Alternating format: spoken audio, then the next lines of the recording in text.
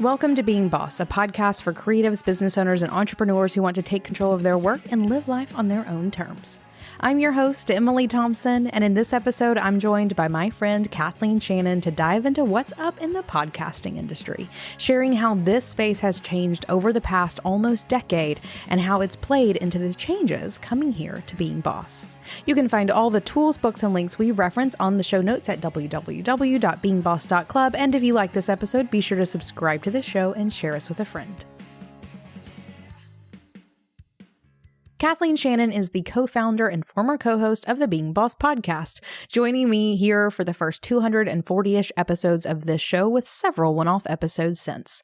Kathleen is a partner and creative director of Braid Creative, a branding agency she founded with her sister over 10 years ago. Kathleen has always lived by capturing, shaping, and sharing who she is, whether that's with a blog post, a podcast, or on social media. You know, I used to think that those ball lip balms meant that, like, you were hot shit. Oh, yeah? Yeah. As I'm putting one on right now. I know. As I hit record, I realized I needed to moisturize my lips a little bit, and we got tickled, and here we are. But now that I'm older, it just seems inefficient. It is. And it's like maybe a little gross. Yeah. You know, I know. I got this one at the like across the street from my office here is Walgreens. And it was like a fun, like little peppermint, like holiday one. And I went over there specifically for some lip balm. I could not find any except for two little peppermint balls, basically. And it's here on my desk and it kind of grosses me out, but I need it. So here I am. The very best lip balm. This podcast is turning into a beauty podcast. Let me tell you all the things. The best. Got the secret. Here's the secret. I'm holding Being Boss hostage, and I'm turning it into a beauty podcast. Aquaphor. You can use just like regular Aquaphor on your lips, but they also specifically make an Aquaphor lip balm. Just slather it on before you go to bed and put it like really not just on the lip part of your lips, but all the way around, like over like the lower half of your face. Kind of just smother the whole lower half of your face with it. Really just smother your whole face with it. Yeah, just all over. I recently discovered that Dr. Bronner's, you know, that Castile soap, like pseudo witchy or whatever company, pseudo culty, started making a lip balm. It was no actual culty. Yeah. Pseudo witchy. Gotcha. They started making a lip balm that is also fantastic. Is it in a stick or tube? Stick. Okay, I'm like now exclusively tube lip balm. Like I need it coming out of the tube. Oh. I feel like the sticks just aren't enough for this, you know, cold north winter. Okay. I need a to each their own. Okay, oozing. I'm hijacking this back. Okay, yeah. You ready? Bring it back. What Hello, are we everyone. talking We're about? Back. Here, that was our little cold intro. We're talking about podcasts today. Podcasts and lip balm, because they do go hand in hand in a lot of ways, right? When you're sitting here talking into a microphone constantly. You have to have hydrated lips. Absolutely, you do. That's how we got this started today. So you were on yesterday as of our experience of this, but last week as of the audience's experience of what has happened. We talked about how you have some tea to spill about some podcast industry. Kathleen's like, let's hop to the juice. We don't need a recap for them. What is going on with podcasting, Emily? It's falling apart, everybody. It is falling apart in some really interesting ways. And I'm really excited to dive into it because this needs to be shared from a couple of standpoints. One, I feel like advertising always is a little bit of like a sort of behind the scene. Like you don't really know what's happening, but it's obviously always in your face. And podcasting, we've watched literally every step of like podcast advertising along the way, from when we got our first sponsor over 8 years ago when no one was really sponsoring podcasts yet to now what the advertising industry has become and how that has affected and otherwise plays hand in hand with how audiences have changed and how that's affecting how people are creating content and where in business models podcasts exist now.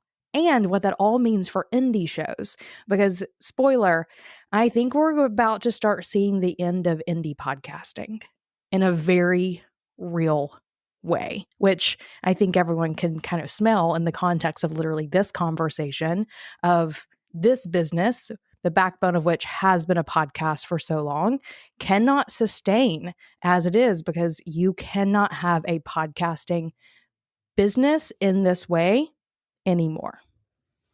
Say more about that. Well, first, say more about what an indie podcast is. Like and what's not an indie podcast? How do you differentiate? Well, there's a couple. It's like it's a malleable definition. It's more of like a Venn diagram, if you will, where think of a large brand or a large network or production company is producing a non-indie podcast, right? They're putting a whole lot of money into a show, a lot of money and resources to create a show, whatever that is. Big production.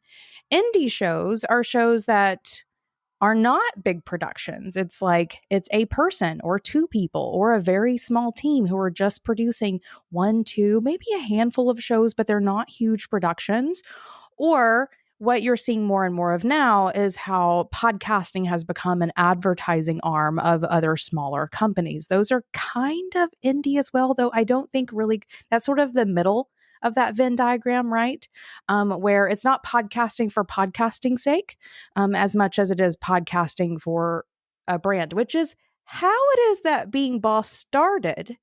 Being Boss started as a show that you and I were creating as a marketing arm sort of between our two companies, but we were also doing it for the content as equally, if not maybe more so than as a marketing arm of our two individual companies. Well, for sure. Anytime you're doing anything, and we've talked about this many times on Being Boss, you have to understand how you're being compensated, whether it's creatively, financially, whatever that looks like. We both had a ton of experience in creating content. We'd been blogging for years. I think that you all, if you're still here, you know the story. And then we happened to start podcasting as a way to establish our personal brands and to market our businesses. That was how we planned on being compensated for creating the kind of valuable content that we were creating. It accidentally turned into an advertising platform whenever other brands wanted to buy space on our podcast to share their brand. And that's the difference between marketing and advertising. So marketing is whenever you are sharing what it is that you have to sell out in the world. Advertising can be part of marketing, but advertising is specifically buying space on other people's shows or platforms or whatever. And as you kind of really dive into the advertising world, which I can speak to because my company is primarily branding and marketing, but we do have a big advertising part of what we do, where we are buying media on shows, on Google, on digital advertising, and all of traditional media too, like billboards and bus benches and all of that stuff. We are buying space for our clients to then advertise in those places. So the thing is like television shows, award shows, podcasts now, they're almost being created for advertising versus for the content. Like, yeah, we're really lucky whenever we get a really good show to watch and it happens to have commercials. But guess what? The way that the industry has changed in media is that you can buy streaming services with no advertising, and then you truly are paying for the content itself. You can pay more to take out advertising out of YouTube, for example. And that is what I do. I pay for everything so that I am never advertised to because I don't want to hear it.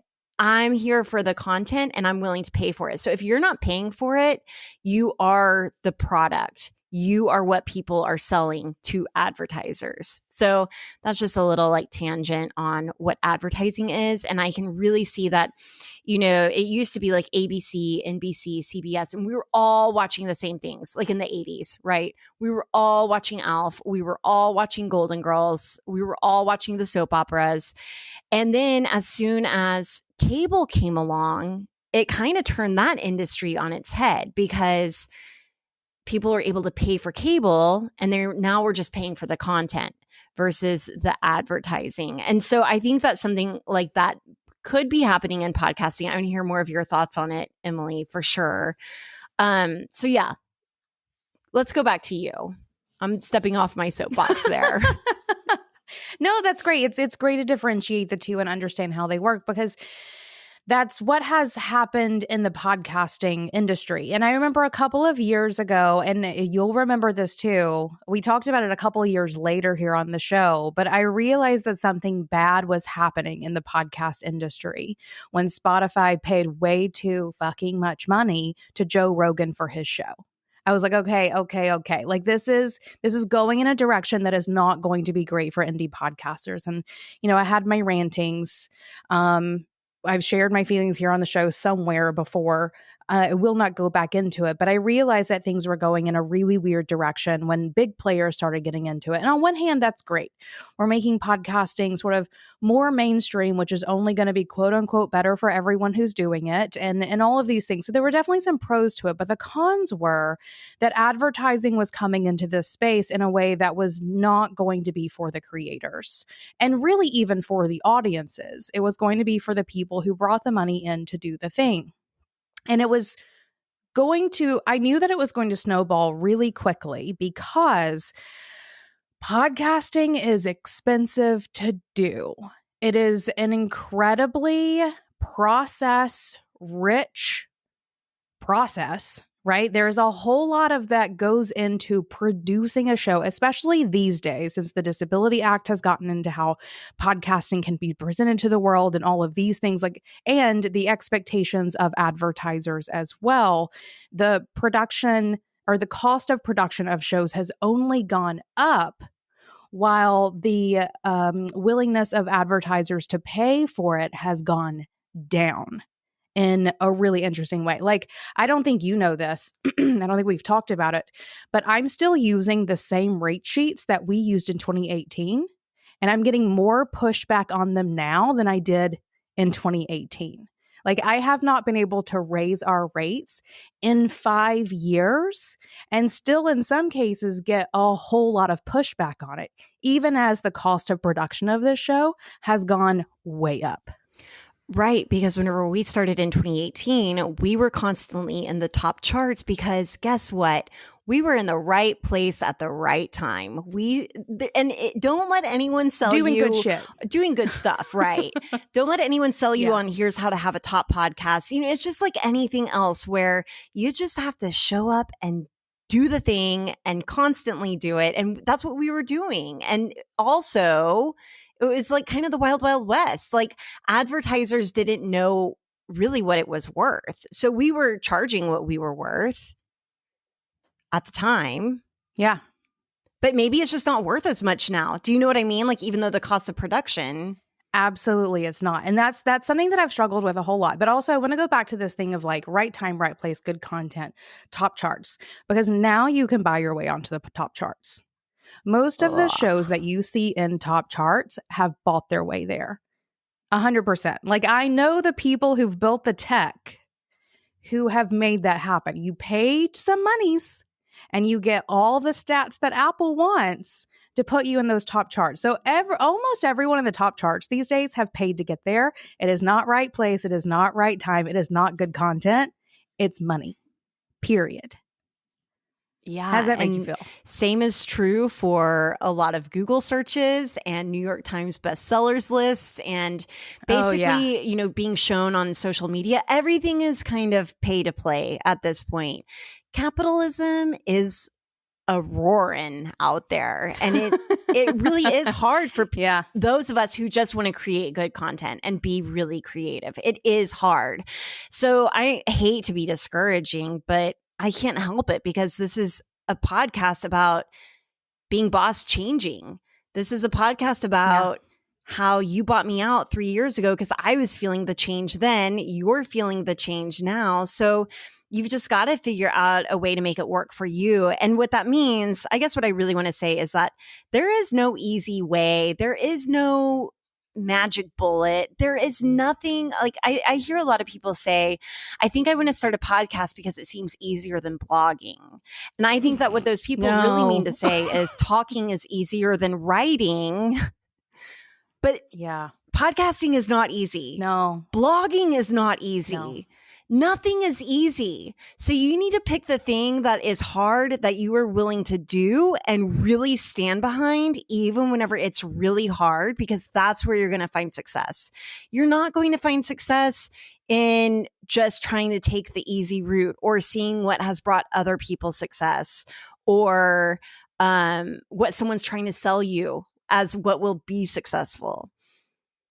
I digress. Right? We're going to get really heated throughout this whole one.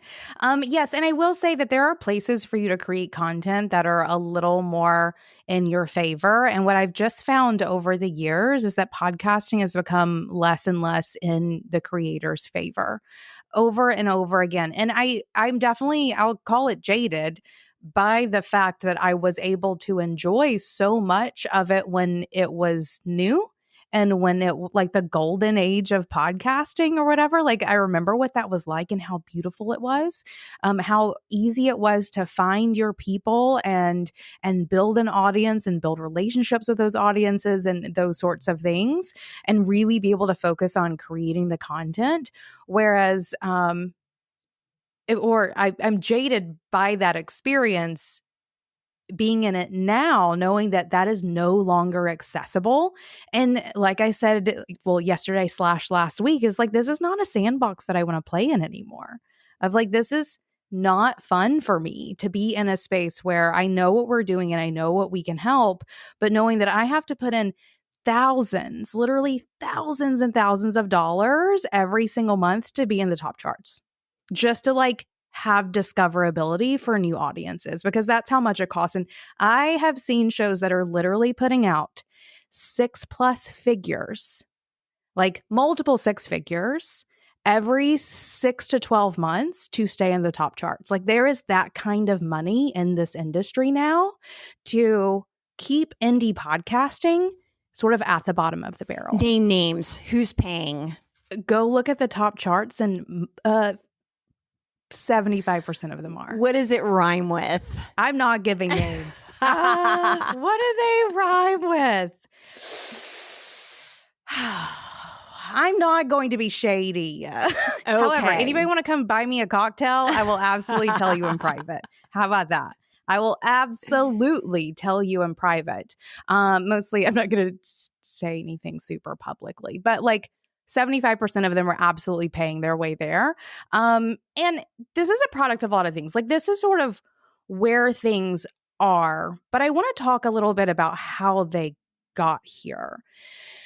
Because what has happened over the years, and something that I felt, and I'm talking obviously very much so advertiser side of things, which I could talk about all day because it is the number one thing that is shaping this industry now, is where the money is coming from, because it's not coming from audiences anymore.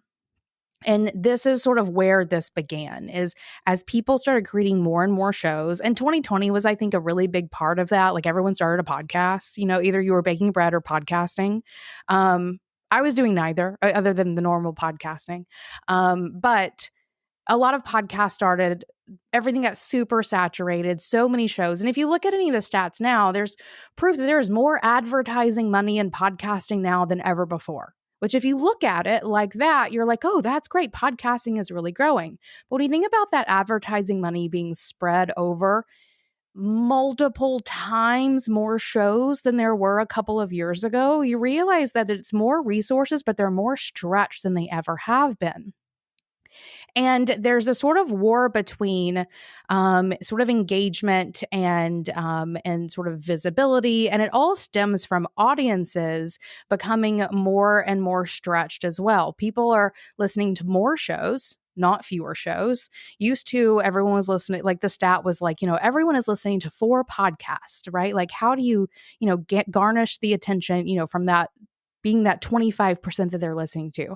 Now I think the stat is up to like 9 shows or something. And so divided attention, less engagement. And I can think of this very sort of real world, very small scale from our experience, is we used to get so much fan mail and like physical things in the mail from people who were wanting to send us their book or, you know, something that they had made or they had done some artwork for us and all of these things. And not to say that I'm here for the gifts, but it is a illustration of something where we don't get that anymore at all. Like our audience is not engaged with us on that level. And I'll say this too, Being Boss, the podcast, is bigger than it has ever been.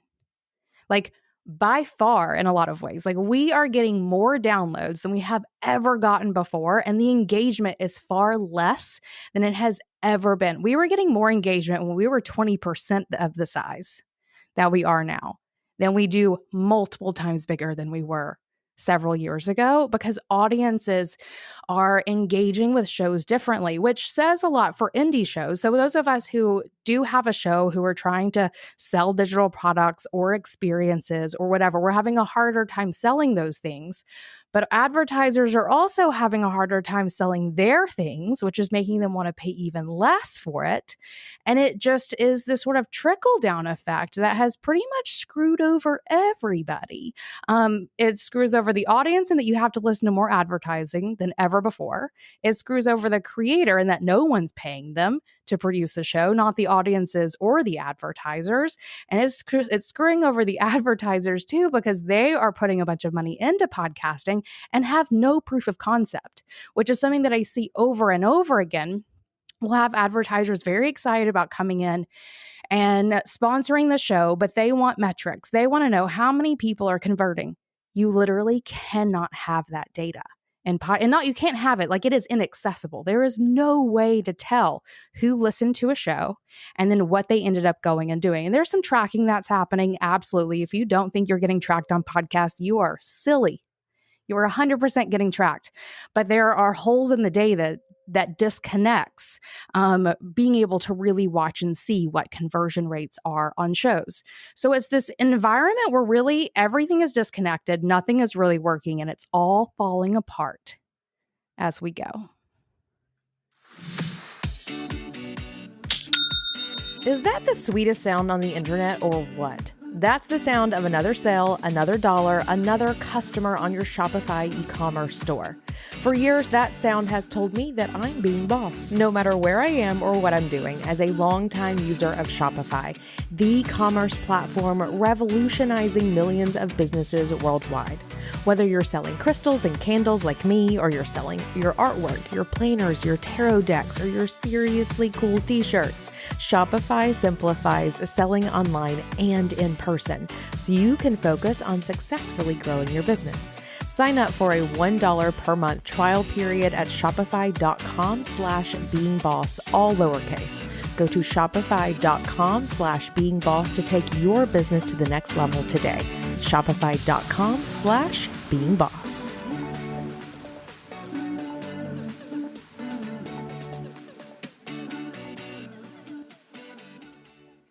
So I'm reading a stat right now. And, it's just like on explodingtopics.com. I don't know if this is verified, but I just Googled how many podcasts are there. There are around 150 million podcast episodes, averaging 50 episodes per podcast. Half of all podcast episodes are downloaded less than 29 times in the first week after publishing. So that's not great because how many episodes does Being Boss get downloaded within the first week after publishing? I mean, in the thousands, right? I mean, like 10,000, right? Which is like, so, and we're one of the top 0.1% of all shows. And like, we're not, that's like, our blogs used to get more visits than that in a week, right? Like that is not a huge amount of downloads. But in the grand scheme of things, that's huge. Right. So I'm still, okay, here's the deal. I know that we just talked a lot of shit on podcasting. I am still a proponent of being a creative. whatever that looks like for you. If that does look like podcasting, by all means do it. I used to say things like just plug in a pair of Apple headphones and you can podcast. Nope. That's no longer. You have to have really top-notch sound and production and a concept, and you've got to put your all into it, right? So after I left being boss, I did end up creating a podcast for Braid Creative, specifically for credit union marketers. So I got incredibly niched. I knew I only wanted it to be 6 episodes, and it really was more of like I think of it almost more as a digital product that I can point people toward for free in the podcasting format. And really the podcast is just what made it searchable, for instance. But really something that I could send to credit union marketers and say, hey, look, I made this thing for you. My goal with that was to get 1 or 2 6-figure clients, more than an advertiser could ever pay me for that podcast. And guess what? I did it. I got it. I got paid for that podcast and then some. And that podcast probably cost me, I don't know, around $5,000. We rented an actual podcast studio. We had a sound engineer editing everything, putting it all to music. We spent a lot of time in pre-production, 6 months in pre-production for 6 podcast episodes. So you've got to put your all into it if you're going to do it. And, or maybe it's just a creative outlet. Like, try it and see what happens. I've talked before about how I started a YouTube and I was just going to try it and see what happens. And I've fallen off the YouTube wagon because it is a shit ton of work, as much, if not more than podcasting, because it's not just audio. Now it's visual and all of the editing. Yeah. I loved it. I loved editing. I did it for myself. And guess what? Now I'm able to bring those skills to things that I'm creating for my clients that are actually paying me to do that sort of thing. But I love doing it because I loved telling the stories and kind of creating content and just doing something creative. So all of that to say, feel free to do a podcast if it's your creative outlet. If you're wanting to get paid, well, I don't know, maybe start listening to another show because or like all the other things that we've said, or like buy our book, buy our book. That's like the timeless kind of advice that we put in the Being Boss book that I think will work no matter where you are or when you are in your entrepreneurial journey, because it's basically like, have boundaries, do good work, be a good person, don't get in debt. Like, it's the basics. Yeah. Right. And that's sort of where I am. So what I mentioned in the last episode is like, I'm done with the podcasting industry. Like, I'm done playing this game. I'm done like being in here and I'm not done working with advertisers that it makes sense to work with. I have ran the gamut of advertisers. There are people that I have worked with that I would never speak to again. And there are people and even future opportunities that I will not turn away. There is a time and a place for everything. But the difference is, for the past several years, I have worked for advertisers. I've had some big contracts and some things that I have had to work for and achieve. And unfortunately, when you're working in that way, it overshadows literally everything else that you're doing. And even as, I think, there is an advertiser that was with us for years and years and years and years. And if you've been here, you know who it is that we're talking about here. Who was always really great to work with until they weren't anymore. And that was more of like a team member turnover over and over and over again. That was a relationship thing, because I have to say that advertiser, I loved them. I loved them, the people that we were working with, and like whenever it was collaborative and really good, it was really good. I don't even know the people that you worked with after they left that position. It was many people who did not even know what the relationship with being boss even was after doing it for years. And like, it was very badly managed in some really awful, in some really unfortunate ways. And that sort of a thing too is like, when you're basing your business on a couple of big contracts and then team turnover or something happens and you have your leg cut off at the knee or whatever it may be over things that you have zero control over. And here's sort of something that I've gotten to. I think a lot of creatives or like type A entrepreneurs are going to get this, is I definitely felt like my fate was a little too tied to corporate America. right? To the whims of sort of that larger scale economy, in some cases, stock portfolios, and just things that like, this is the reason why I'm not in that world. And yet over the years, this business model got more and more tied to that world in a way that I was absolutely at the whim of corporate America, in a way that I hated. And especially once things started shaking out. And I will say this is unprecedented times, right? Like pandemics, recession, crazy shit in politics. Like this has not been the easiest time in our lives to be really navigating anything. But so I'm not blaming any one person. It's definitely been a product of the overall environment, but it's been relentlessly difficult in a lot of ways, and to the detriment of a creative project that we started to have fun. Right. Right. And so I've definitely gotten to a place, or we got to a place, and I say we in terms of my team, going through all of these things and having this fall through and that not hit the way we want, and that proposal being jokingly small or whatever it may be, and getting to a place of like, but what would it be like to sponsor ourselves? What would it be like to change the way we think about this show in a way that allows us to be the people back in the driving seat of not only the creativity of it, but also the funding of it? What would that look like, and how would that sort of tip the scales and make this more interesting to all of us working on this project? Because if Being Boss, if this show or whatever the show ends up shaping up to be like, if it is going to continue, it cannot be in the throes of the podcasting industry. We have to take it out of that environment and put it in a place where we can foster it in the ways that we most want to.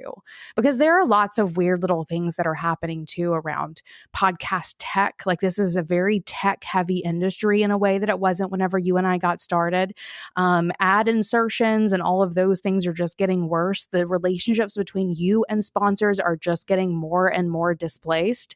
You can even get tech now to dynamically skip dynamically inserted ads, which is like, that's like really diving into that cannibalizing piece of like, if you can just automatically skip those ads. And I know a lot of people skip our ads, which are not dynamically inserted. There's an app somewhere if everyone wants to. I don't remember what it's called, but it definitely came across my digital desk relatively recently. There are apps that allow you to do that because everything is so digital that you can do things like that. And so that doesn't do the advertisers any justice. It doesn't do the creators any like, it fucks everybody over in the process.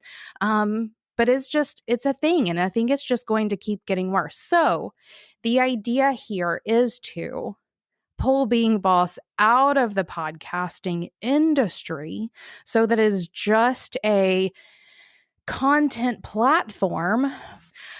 So going back to what you were saying of like, how are you going to be compensated? Sponsors have stopped compensating us in the way they used to. We still work with their sponsors for this episode. I very much so appreciate them. We will have some in the future. We work with people in the community. But when it comes to depending on sponsors for the production of this show, I'm not going to be doing that in that way anymore. Nor do I want it to shape how it is that we do content. Because one of the sort of another dark side of sponsors becoming such an integral part of the podcasting industry these days is they've brought in so many sort of old school ways of managing advertising and what their expectations are. And also there's like a lot of audience things in that too. You know, I think the coaching that goes into starting a podcast is your audience is going to want to know what to expect. And when you create contracts with, you know, sponsors, they're going to want to know your air dates, and you're going to have to make sure your podcasts are a certain length to make sure that your advertising fits in them nicely. Like, I am boxed the fuck in when it comes to what it is that I'm creating and when it is that it goes out into the world. And so part of this transition too is busting free of that box and really reimagining what it is that we can do in terms of show length and show content and show publication schedules and all of these things, because the podcasting industry has us in a very small, very confined, and very particular box as to what it is that I can say, how it is that I can say it, when it is that it is said. And I'm too rebellious for that shit. Yes, you are. I'm like, corporate America, give me all your money. I will podcast all you want if you give me some money. But the thing is that just like we have a lot of people coming to us wanting to write books, and they're asking about how to get agents and these sort of things. And I tell them, well, first you have to become internet famous. Like, you have to be internet famous to get a book deal.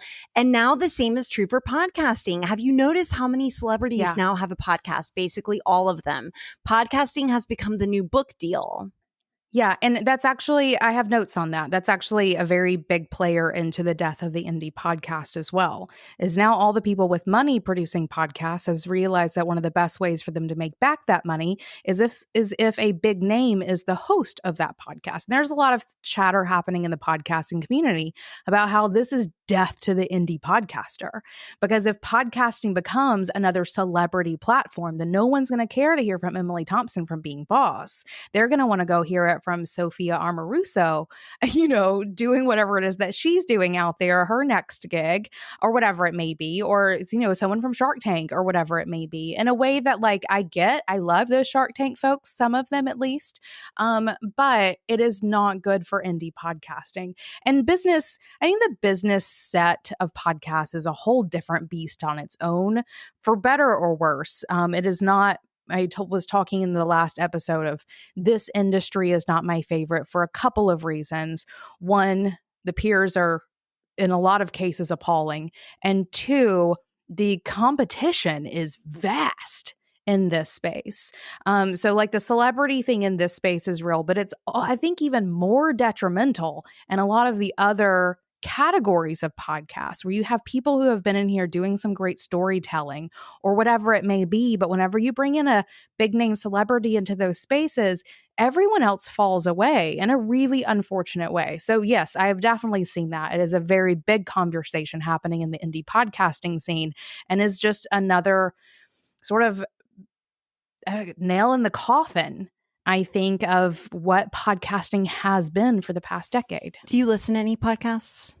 Absolutely not. Okay, so we started this podcast with me being a big podcast fan, and I was listening to things like Serial and S-Town and some of the big hitters at the very beginning.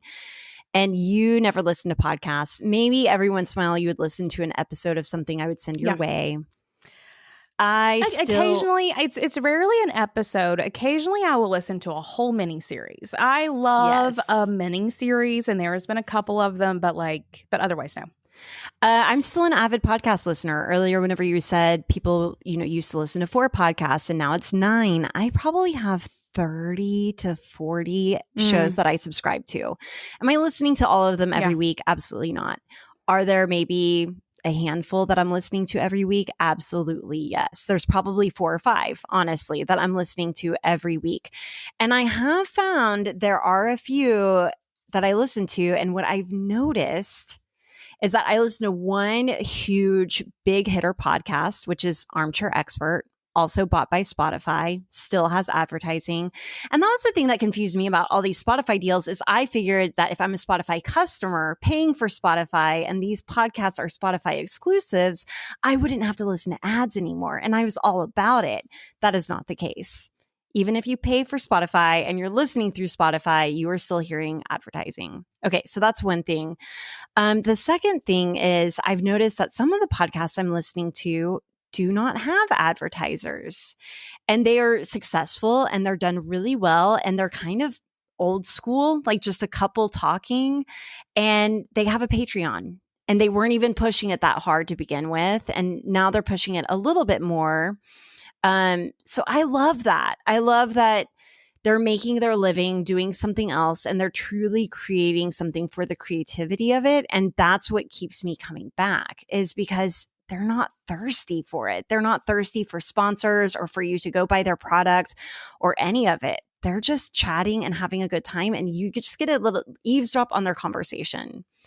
There is another business owner. But I wonder like how well they're actually doing. Like I kind of would, but like show, like, do you have money in your, like, are you making money off of this? So they have been personally recommended by the huge podcast I listen to, Armchair Expert. Oh, okay. One of the co-hosts is constantly mentioning them, and that's how I got on them. Okay. So, they're getting a lot of recommendations, but they've said stuff like the first 1,000 Patreon subscribers get blank. And so that they're not even at 1,000 Patreon subscribers yet. So who knows, Yeah. So they might not be doing that well on Patreon, but they both have full-time jobs as creatives. And this is a project for them really to just get together and chat. And if that's what podcasting is, like, you may get opportunities out of that. Here's the thing. If you're creating something that you love, it is going to open some sort of door. I don't know what door that is. So I don't want this to fully deter you from creating a podcast. It's really hard, but if you want to lean into that hard and it's worth it for you, it will open doors for you. It will create some sort of opportunity. I have to believe that about everything. Otherwise, what's the point? Like, what is the point of doing anything if nothing matters? Everything matters. Everything that you do. That's my existential crisis these days. Well, girl, get on some Zoloft, 150 milligrams, and you will start feeling a little more optimistic. I know I've really been pushing the anti-anxiety medicine, but truly, you all, it has changed. They have changed my you life. for the better. 100%.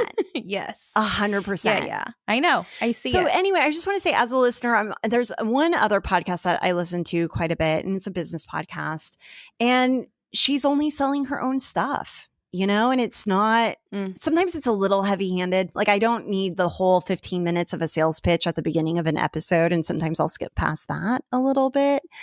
But it's kind of like in the more spiritual space, which also I'm just listen, if you end up, listener, breaking up with like business podcasts after this, because maybe this was the only business podcast you were listening to, I also recommend just quitting self-help in general. Like, go read a novel, stop buying courses. And I say this as a course creator, and just watch a show for fun. Go watch some Ted Lasso. Go listen to, actually go live your life. Go live your life. That's real judgy, Emily, because guess what? Living my life is watching a really good show. Like, I feel like I'm alive and well whenever I have a good show to watch. Yeah. Okay. But go live your life. I wasn't judging, but whatever. Look, go live your life. Gather experiences that will be as good as any self-help you could ever read. 100%. I do. I agree with all of that, all of those things. And that really, it really all feeds into this decision, right? Of why it is that I'm at this place, because along the way, I've tried all of the things, right? We have been supported by sponsors all along the way. Over the past year, I've done a whole lot of polling because we felt, maybe we make the community tier paid again. Maybe we change our Brood email to like a Substack, or like charge for that one portion of what we do. Maybe we make this show a paid show. People are overwhelmed by paying for Substacks anymore. Like, indeed, that has already, what's it called? Jump the shark, gone over the hill. Like, I'm getting asked to pay for every email that comes in my inbox right now. And I'm like, y'all, like, I pay for a few of them, but I don't want to. No, I am subscribed from everything, literally everything.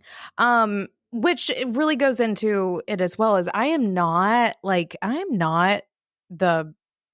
a key customer of my own. Like, I'm not paying for any content. And in all of our polling and conversations, no one wants to pay for this shit. Which, like, I don't want to pay for it. I'm not paying for it. But we have to be compensated in some way. If you're not going to pay for the show, if you're not going to pay for the things that we're creating, if you're not going to pay to be a part of the community, all of those things. And the Clubhouse tier is still there. It is still paid. People do pay for that and they love it. But the bulk of our audience and community and listeners and all of these things, you don't want to pay for it. And I get it. I totally get it. The world is filled with so much free shit. A monster we created with this, like, give it all away for free, 100%. I've definitely felt that come back to bite us in the ass as we've gone along. But the world is so inundated with stuff. And this is actually a conversation I'm going to be bringing up in the next couple of episodes, because I do think that this is part of a larger shift that online business in general is seeing, which is going to be the next sort of juicy Emily Spill the Tea episode as to what it is that I'm seeing on the large scale in the online business industries.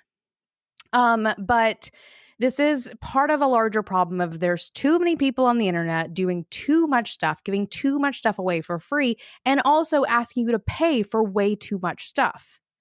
In that, I don't want to play that game anymore is really where I am, because it is, like I said in the last episode, like pulling teeth.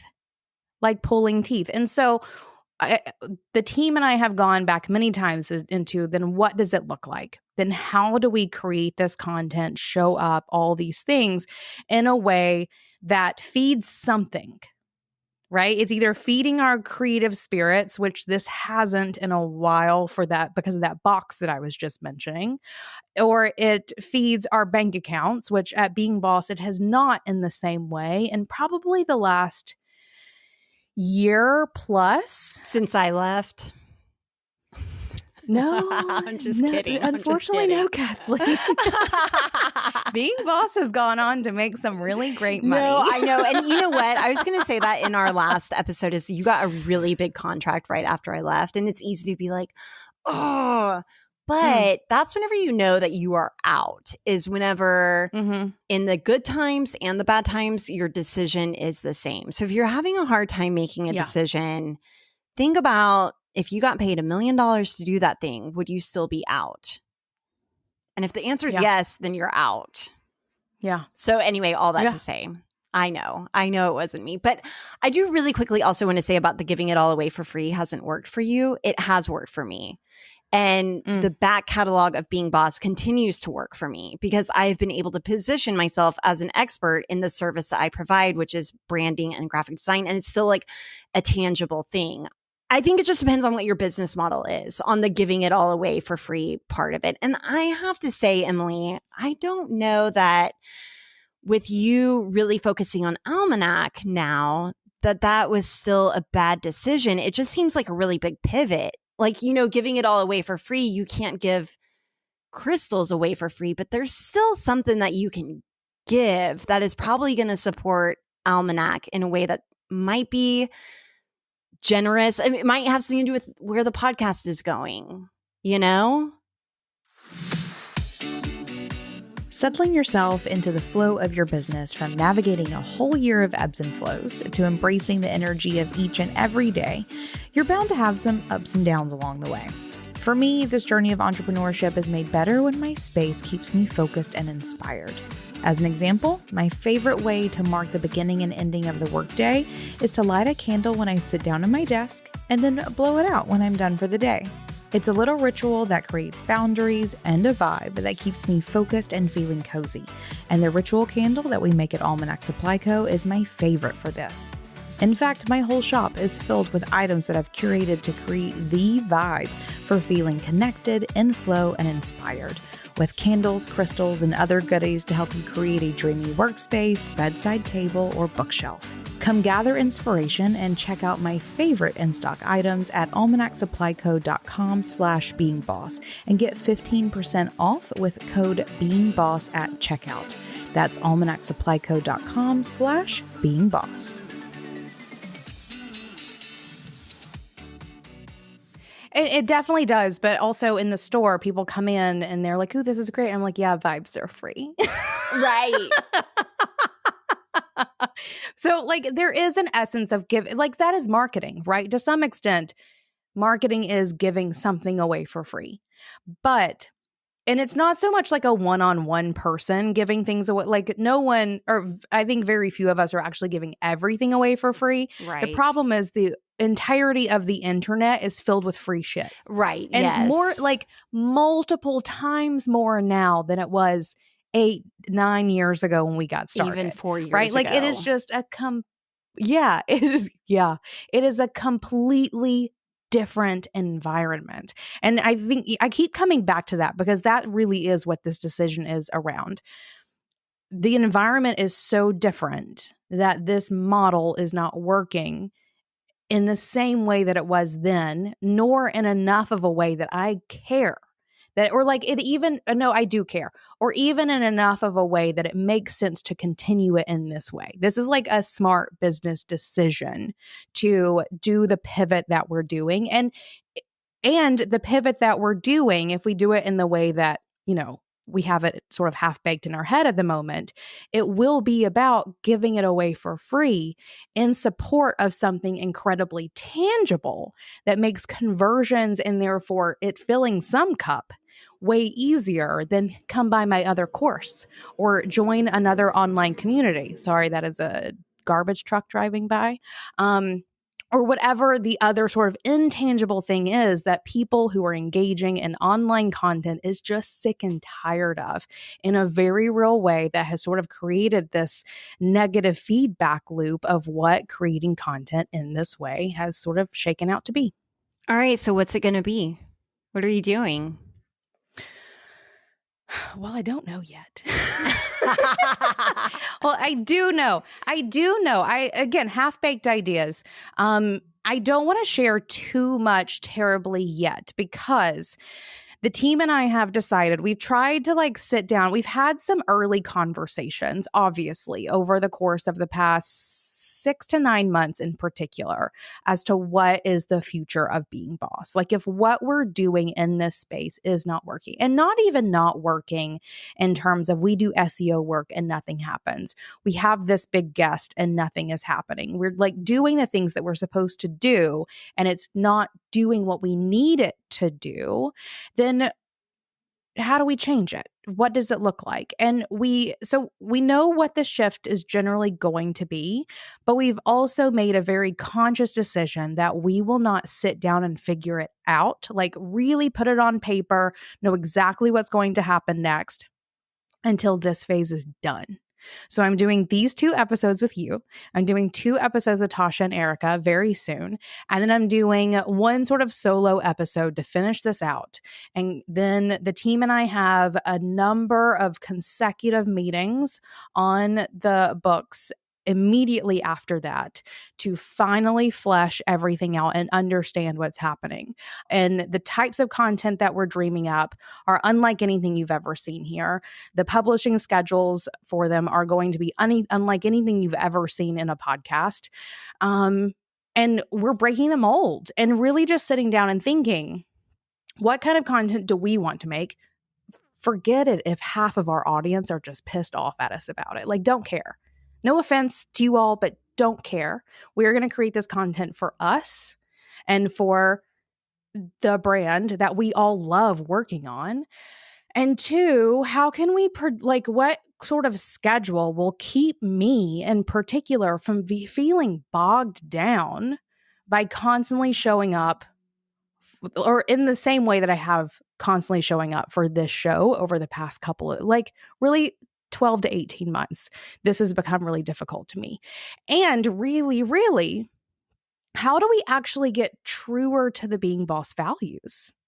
Because as we've put ourselves in this box of keeping our audience happy so that our numbers stay up, so that our sponsors are happy, we have inadvertently sort of separated ourselves a bit from our values. And then one of the biggest ones is creativity.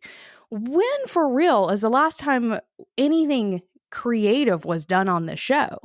And you could argue all of them are, but it's also all the same, more or less, because you don't want to piss off your audience because they need to know what to expect. And you have to have the big names. You have to make your sponsors happy. You have to post regularly. You have to have these specific links. Like the heart of creativity has been gone in a way that I didn't really think about until we started thinking about how to be creative with the show.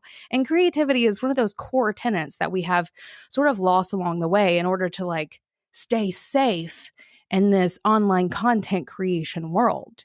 And if I don't have to worry about anyone else giving me money, or giving me money to create this content, and I can, quote unquote, sponsor it myself, then I can do whatever I want. And that's what I really want people to sort of settle on. I don't know how we were going to go. I don't know really exactly what that looks like. There's a couple of like hardcore ideas floating around. Don't like get stuck on that yet because we have not shaken it out just yet. What I do want you to know is we are going to be like letting our creative souls shine when it comes to creating what's next, breaking the mold, forgetting the formulas, and really just doing something different. All right. Well, I guess this is goodbye. Oh my God. So, okay, I'm going to pitch this to you right now, though. Okay. Can I pitch this to you right now? Please do. If it's just my feed and I can do whatever the fuck I want. Yeah. Right? I say we do occasional bouts of the Emily and Kathleen show. Yes. 100% yes. I do.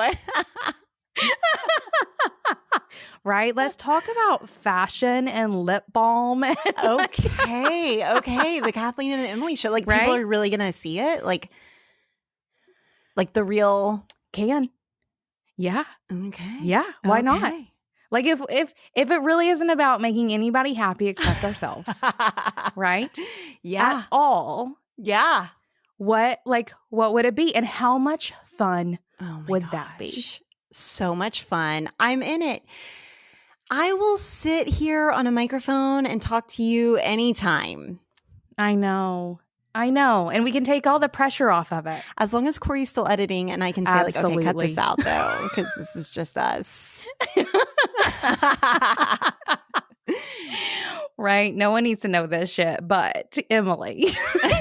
Here's the tea. No, absolutely. I think I'm so excited about what's happening next. And though, as we were getting on, I was like, are you ready for the last one? I don't want this to be the last one because in the future of what this feed is, I want to go back in some instances, like little mini series, right? Little mini series of what you and I most wanted to do, right? Yeah. Which is the Emily and Kathleen show. I love you, Emily Thompson. Ditto, Kathleen. So this is not the last. It's not the last for you and I. And for everyone who is listening to this, there are a couple more episodes coming because I'm not quite done really giving you what I need to give you before I move on. You've got a few more of those sponsor dollars to cash in on. Couple more contracts to finish out for sure. If you haven't just burned down that bridge all the way in this episode. Right? I mean, I hope not. It's Shopify, y'all. I use them at Almanac. It is the most inline business sponsor crossover I could ever accept dollar bills for, especially.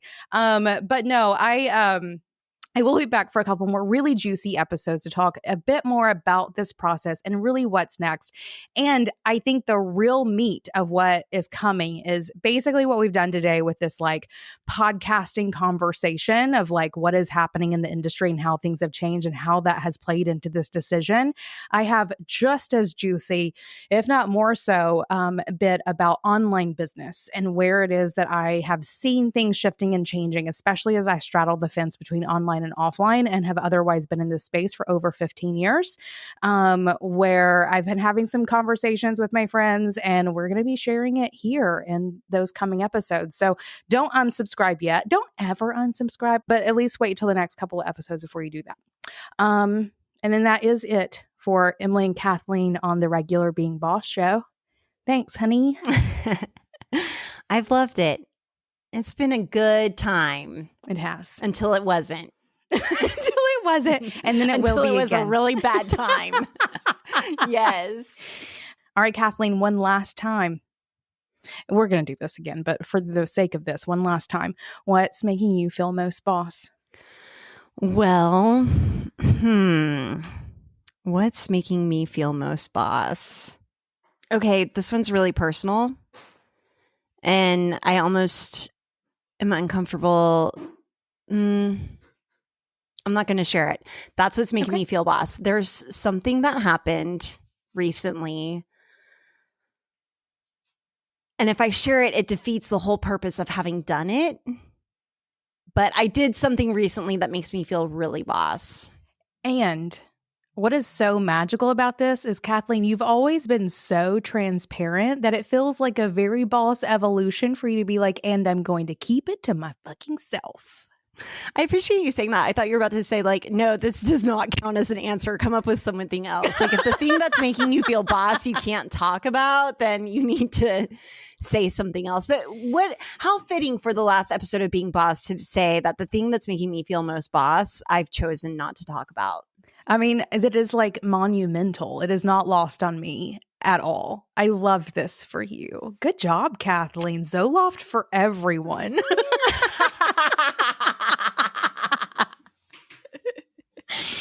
Absolutely everyone.